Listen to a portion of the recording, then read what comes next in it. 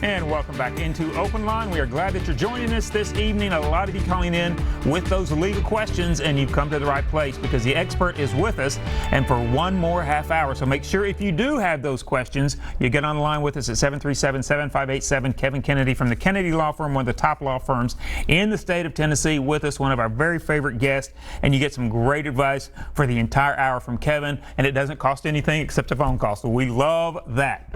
Kevin, I tell you, a lot of folks calling in this evening, so we're just going to go right back into our phone lines. Sheila is on the line with us. So Sheila, do you have a question or a comment for Kevin? Yes, I have a question. I almost hung up. Well, we're glad you stayed with us. I have a problem here. A problem and not a problem.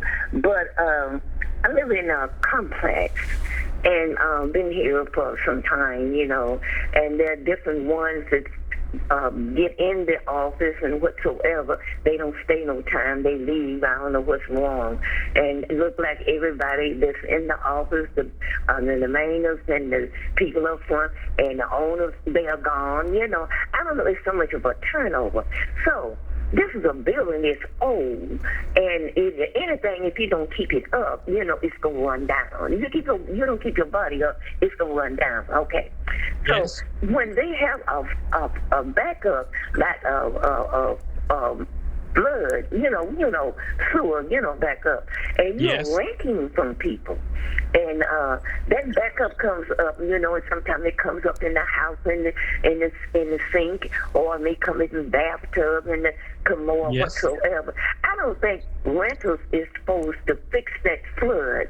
I think you're supposed to give people, let the people know that then at the office that they're supposed to fix that, get somebody to fix it, or you tell them, so they'll have a work order, and they give it to the people to fix. The people do not fix. They are slow about doing Sheila. anything.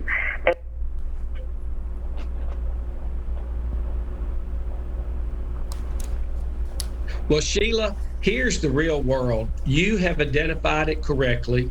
The landlord is responsible to make all those issues correct. The building and codes in your county has the responsibility to supervise those things to make sure that the landlords are doing it correct. And if they did, they have a right to charge that landlord and bring them in. We have what's known as the Tennessee Residential Landlord and Tenant Act. And under that act, it gives the tenants a lot of rights. Also, you're regulated through the Tennessee Real Estate Commission. People can file a complaint on property managers that they're not doing things right, and file a complaint with the health department, certainly with the problem that you've described us with. So there's a whole lot of people. And remember this, if it's not right, if it's not fair, if it offends any normal thinking average American, I'm submitting to you, there's a law against it. So go to the building codes. I'd make my complaint to the landlord management, and you can always say, if you guys don't fix this, I'm going to have to go over your head.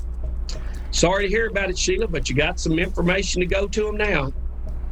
All right, Kevin, and kind of piggybacking on that notion, what about people living, in complexes, apartment complexes, or even in neighborhoods, in houses, and they have a neighbor, a problem neighbor, for a number of reasons. Yes. Kind of what recourse does someone have in that situation?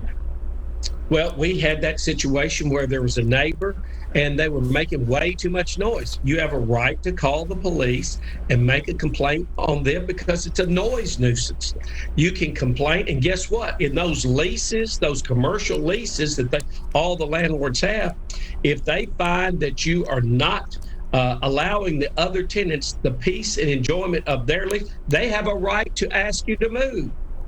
And it's just like if you have dangerous people in the parking lot living next to you, you make the complaint, they're under an obligation to try to rectify. And one of the remedies would be move those people out. All right, good to know. All right, we're going back to our lines right now. Bernice is on the line with us. Bernice, good evening. Do you have a question for Kevin? Hey, I have a question. Go ahead. All right. Okay, I worked for Ford Credit for like 16 years, and I want to file a class action lawsuit. But here's the thing.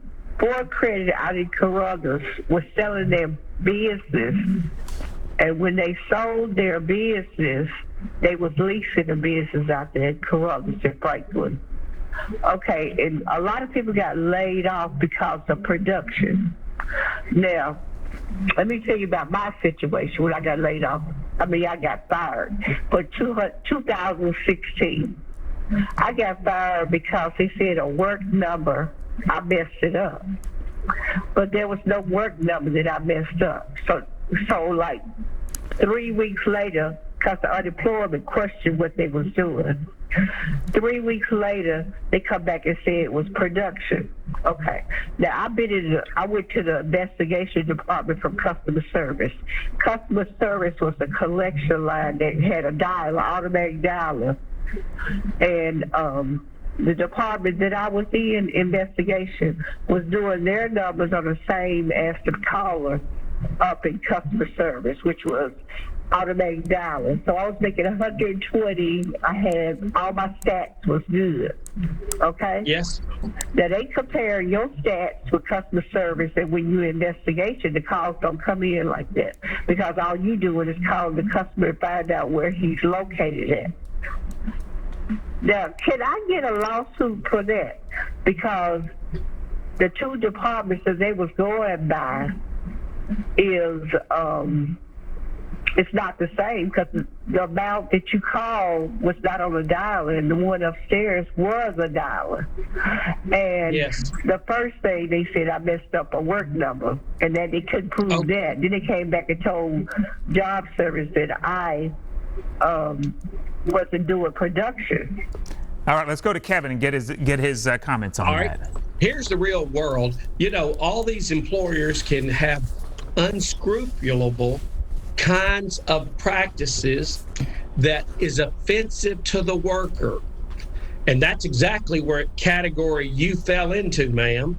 You're saying I did my job, and somewhere another department says we do not match those numbers. So that is your word versus their word. And guess what? If the company has a problem and they identify that you might sue them, guess what they're going to be doing? They're going to go straight to those other guys and say, well, y'all write statements right now. So they're making all these co-employees write statements again. Because why did they do that? They're trying to get all these people to side with them should you bring a lawsuit. They're in the defensive mode, protective mode. So what you should be doing all the time, what about your coworkers? If you know something's not going on right and you know they're getting ready to attack you, you start preparing and say, would you write a statement? And then you're going to find out if people will write a statement and stand with you or they won't. Let's go back to one more principle. You said, can I sue them? You can sue anybody at any time for anything. I didn't say it was successful, but yes, ma'am, you do have the right. You also identified the class action. First, you have to get someone who can identify who is the class. How many of you were mistreated, was done wrong? And can you get that class to stick together? Can you qualify when you file in the courtroom for a class action? You have to qualify for all of these things under court supervision, and then you can bring it.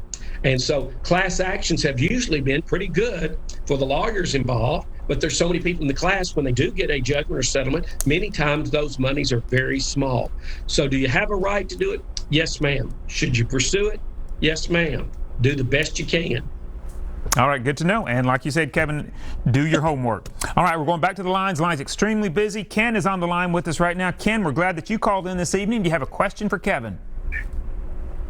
Yes, I was wondering about divorce papers. I'm dating a lady, been 3 years, and she got divorced the first part of the year.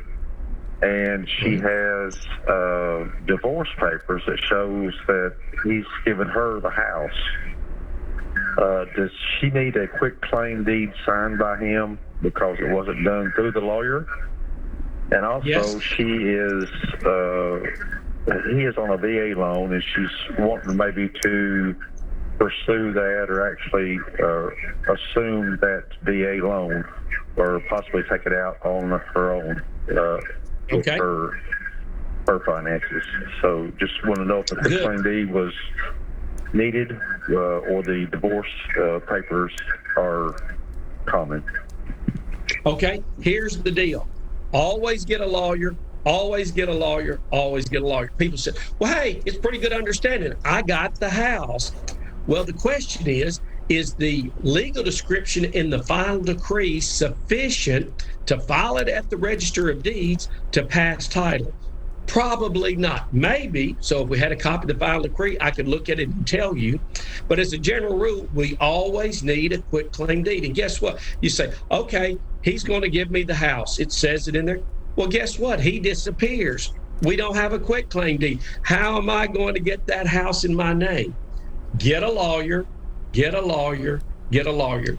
And so Chuck said it best earlier, how much money is the house worth? You make one little, and was it an error? Was it an oversight? Was it a miscommunication or a misinterpretation? Whatever it was, it created a problem for you. And yes, when in doubt, I'd like the decree and the quitclaim deed, and I want to go and record that quitclaim deed immediately. You did good. Thank you for that, because most people don't understand that.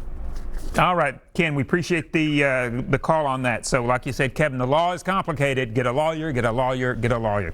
All right, we appreciate everyone calling in. Hang on the lines with us. We do need to take a break, but when we come back, more of those questions right after this on Open Line.